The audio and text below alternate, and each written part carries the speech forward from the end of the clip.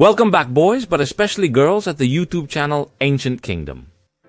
I know you guys are here for the meme, Kong, congratulations, Komi-Kong, Kongaror's Haki, and all that. But no, this is a serious content because I managed to pull out a really powerful video about the Commander-in-Chief Kong. Isn't it amazing? I'm the best. That's the key. I must acknowledge myself. Just joking. Anyway, this captivating video compels you to join me till the very last moment. Fear not, it won't be long.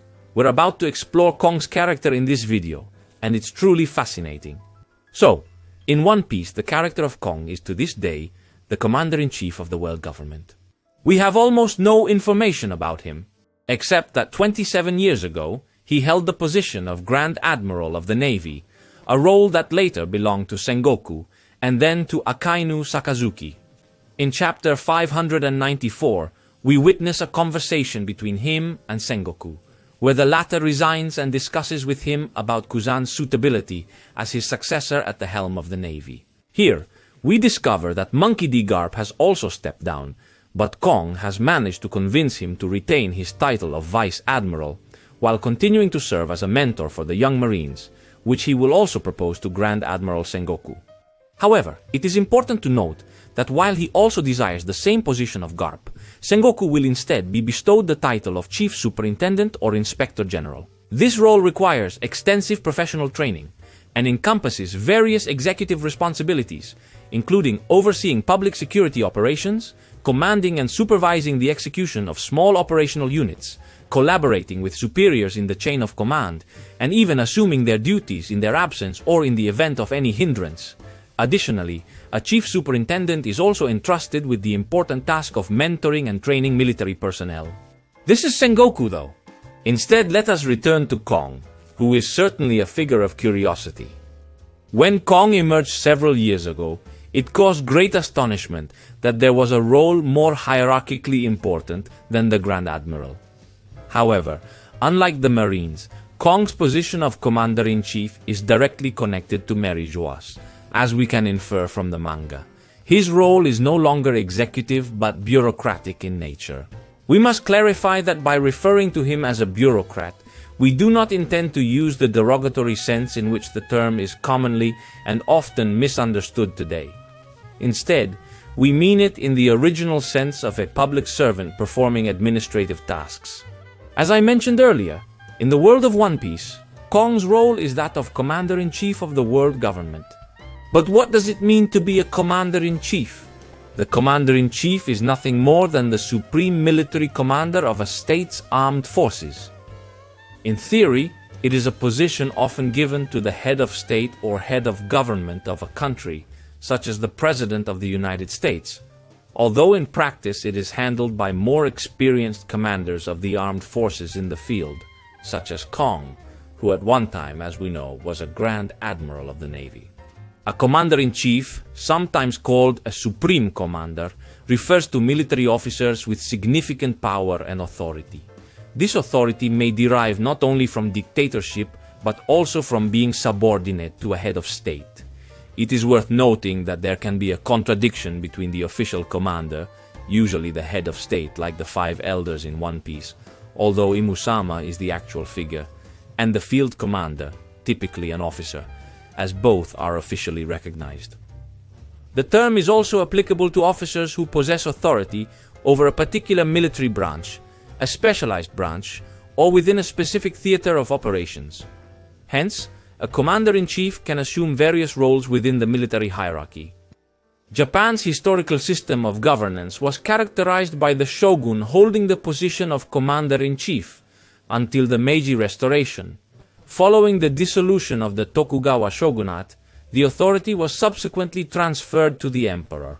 However, in line with Japan's transition towards democracy, the prime minister now assumes the role of commander-in-chief for the Japanese self-defense forces. Additionally, the current constitutional role of the emperor primarily involves ceremonial duties, without any direct military involvement. Kong holds a role akin to a generalissimo, which is similar to a traditional general, but signifies supreme command above all other commanders. As the commander-in-chief of all world government armies, His rank represents his authority on a global scale. Ultimately, his position resembles that of a generalissimo rather than a traditional general. In essence, he is in charge of both the entire Navy, the various bases located around the globe, to the scientific SSG department, and all the world government's military forces, thus the various Cypher Pol, Pacifista armies, all 7 Seraphim, and all the rest of the bandwagon. But in reality, he is simply an administrative official who only interacts with the 5 elders and the Grand Admiral of the Navy. Based on my understanding of how the world government operates, unless there are extraordinary circumstances, the Grand Admiral cannot directly communicate with the higher levels of government without going through the Supreme Commander. This is because the role of the Supreme Commander is to act as a bridge between the state and the military. However, there are instances where this protocol is ignored, such as when Sakazuki bypassed it and went straight to Mary Joyce to voice his complaints about Doflamingo's management in Dressrosa. This unorthodox approach clearly irritated and angered the 5 elders, as it violated the hierarchical system that should not be disregarded. Consequently, their initial response was to put on the plate the issue of Aokiji being Blackbeard's ally, whom they had apparently never mentioned before. Why did they do this? It is because the 5 elders directly communicate with the Supreme Commander of the government, who then relays their message to the Grand Admiral. They do not directly engage with the Grand Admiral of the Navy himself. Prior to this point, Sakazuki and the 5 elders had never discussed Kuzan, who is now a member of Blackbeard's pirates.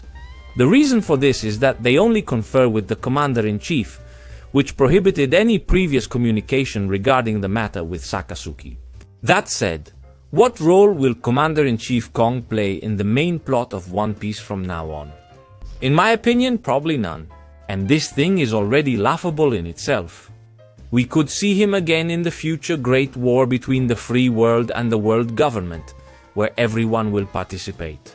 On one side are the pirates, them allied kingdoms, the kingdoms who rebel against the government, the marines who have rebelled against the world government, and on the other side is the government, the Cypher Pole, the kingdoms may be remaining loyal to the world government, the 5 elders, Imusama, etc., etc.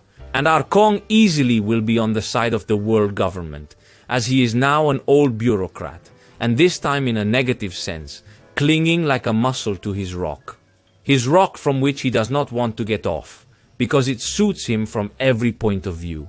But even if it were, however, I'm afraid it would have a very, very marginal scene. What the heck is Kong? Who cares about Kong? Really? Perhaps Luffy will unintentionally collide with him while attempting to reach Imusama's sacred garden room, and enough. Goodbye, Kong. So this is what we can discuss regarding Kong up until now. His role, the role he plays in our world, and that's about it. Therefore, let's put an end to it. Let's stop speculating about Kong, King Kong, Super Kong, Donkey Kong. Kong is simply a bureaucratic figure carrying out his duties, and that's all he represents. That's everything he is. Having mentioned that, I extend my greetings to you, and I eagerly anticipate your comments on the Dear Kong. Maybe this digression regarding military positions was intriguing to you, and perhaps it could even inspire you to contemplate other insightful ideas, particularly regarding the military, navy, governments, and heads of state. Please inform me of your thoughts regardless. My best wishes to you. Stay virtuous and enjoy yourself. Bye!